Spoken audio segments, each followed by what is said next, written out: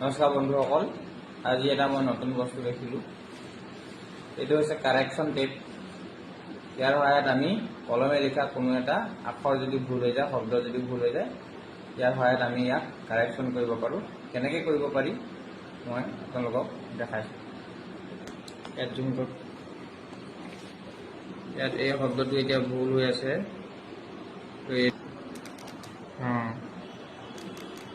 এইটো এনেকৈ মোহাৰি ইয়াৰ ওপৰতে হোৱাইটনাৰ নিচিনা এইটো ব্যৱহাৰ হয়, তাৰ ওপৰতে আমি ইয়াক ব্যৱহাৰ কৰিব পাৰোঁ, পুনৰ লিখি দিব পাৰোঁ শুদ্ধকৈ।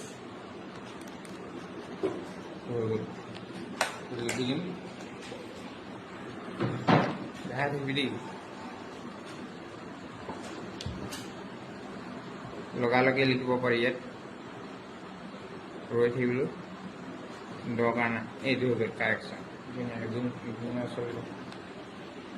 এই শব্দটো দেখিছে না? দেখিছে? আকৌ এইটো ই লিখিব জনা নাই,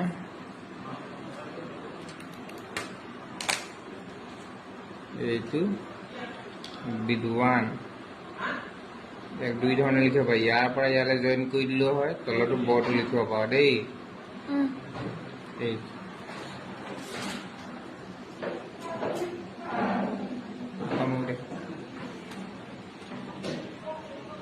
তো যিসকলে এইটো উপযোগী বুলি ভাবিছে তেওঁলোকে সেইটো অনলাইনত পাই যাব সহজে। তো অনলাইনৰ পৰা আপোনালোকে ক্ৰয় কৰি ল'ব। ইয়াৰ বিষয়ে ইনফৰমেশ্যন দিম বুলি ভাবিলোঁ এই ভিডিঅ'টো।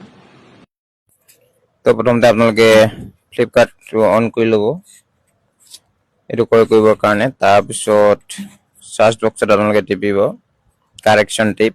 কাৰেকশ্যন টেপ বুলি কওঁতে ইয়াত আপোনাৰ কাৰেকশ্যন টেপ দেখিবলৈ পাব। ইয়াত বিভিন্ন ধৰণৰ, এইটো এটা কাৰেকশ্যন টেপ।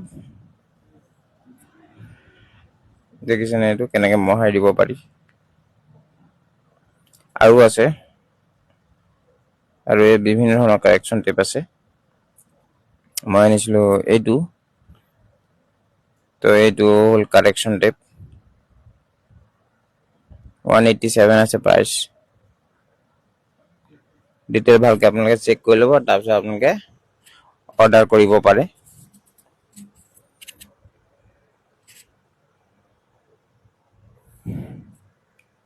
একে দাম আছে 187।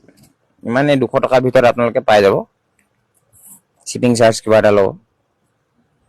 আজিলৈ ভিডিঅ'টো ইমানেই। ধন্যবাদ।